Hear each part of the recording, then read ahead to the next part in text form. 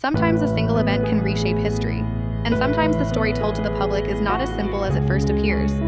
The Gulf of Tonkin incident became one of the most important turning points in the Vietnam War. At the time, Americans were told that U.S. ships had been attacked in the Gulf of Tonkin, and that narrative helped lead to a major escalation of the war. For many people, it sounded like a clear-cut case of foreign aggression and a necessary response. But later reporting and historical review showed that the situation was far more complicated than the public was first led to believe.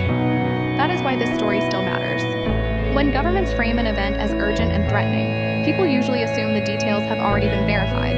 But in cases like this, the full picture often comes out much later.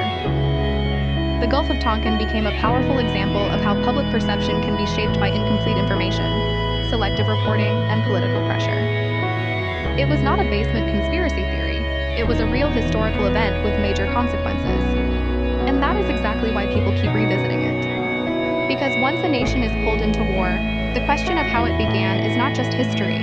It is accountability, it is trust, and it is a reminder that the first version of a story is not always the full truth.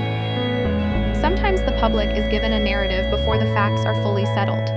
And sometimes that narrative changes everything.